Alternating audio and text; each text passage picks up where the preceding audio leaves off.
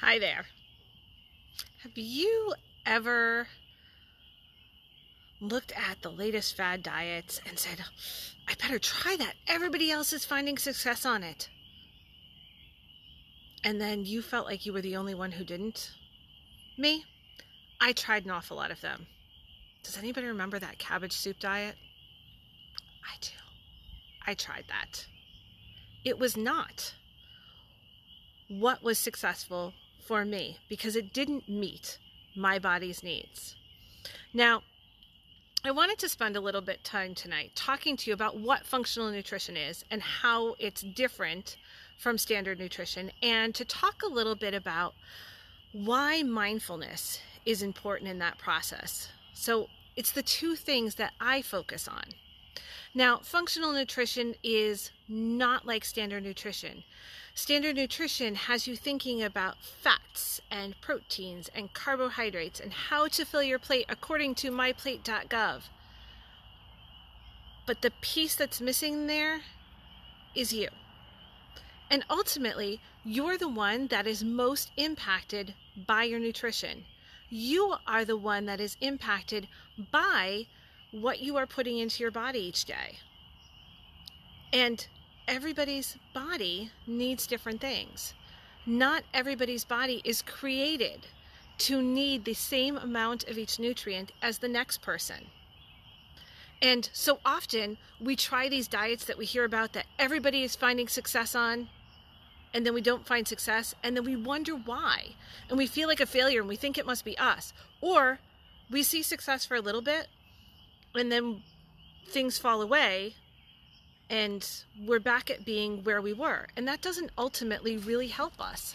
So let's talk a little bit about what functional nutrition is, because it's not a one-size approach for everybody, because everybody is unique. Functional nutrition is focused on you, meaning it's looking at you as a whole person rather than a symptom or a condition that you may be facing in that moment or something that you want to address. Okay? It's looking at what might be out of balance in your life, a sensitivity or a deficiency that's contributing to symptoms you might be seeing or feeling in the first place. And it's about creating customized nutrition for you. Now, generally, this is a healthy diet. Okay, there are certain components that are fundamental to this. For example, eating lots of fruits and vegetables and minimal amounts of processed foods. But depending on your genetics, your symptoms, your lifestyle habits, looking for those healing nutrients and teaching you how to optimize them in your diet is what's really important. Okay? Food is information for our bodies. It can either promote health or it can stimulate harm. But functional nutrition isn't just about the food that you're putting into your bodies, because food is not the only factor that contributes to your health. So functional nutrition means that you need to dig down a little bit deeper and to look for the things in your life that are also playing a role in your health. For example, your sleep, your stress, how much physical activity you engage in, and environmental exposures to what might be an everyday common object or item, but it's actually a toxin that would impact your body personally. And ultimately, the goal with functional nutrition is on sustainability. The goal is to ensure that you have a plan that creates awareness and provides you guidance to help you to feel your best. And it's finding a plan that works for you. It's not going to be the same plan that works for somebody else. It's not going to be that fad diet plan that everybody is following in this moment. Okay? It's going to require trial and error.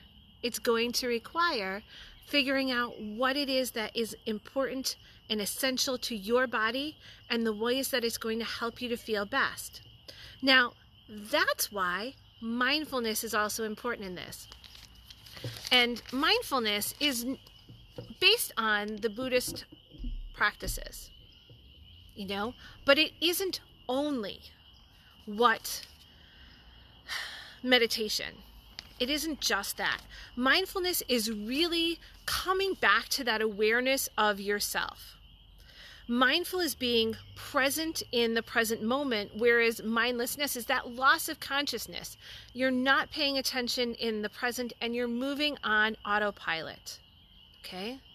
Mindfulness means here and now. All right?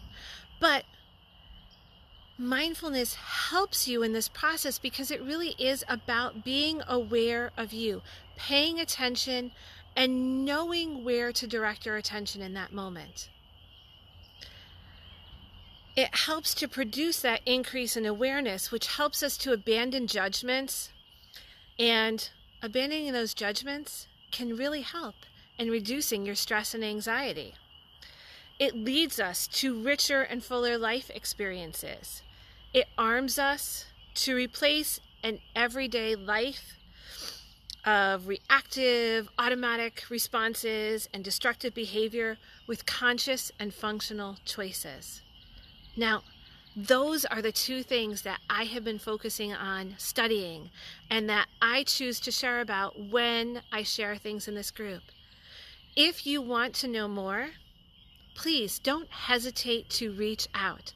I would love to share more information with you or to talk with you about how you can make changes in your own life, in your own nutrition, to create a sustainable life pattern of health and nutrition and living and loving yourself each and every day. Thanks so much for taking the time to listen in tonight.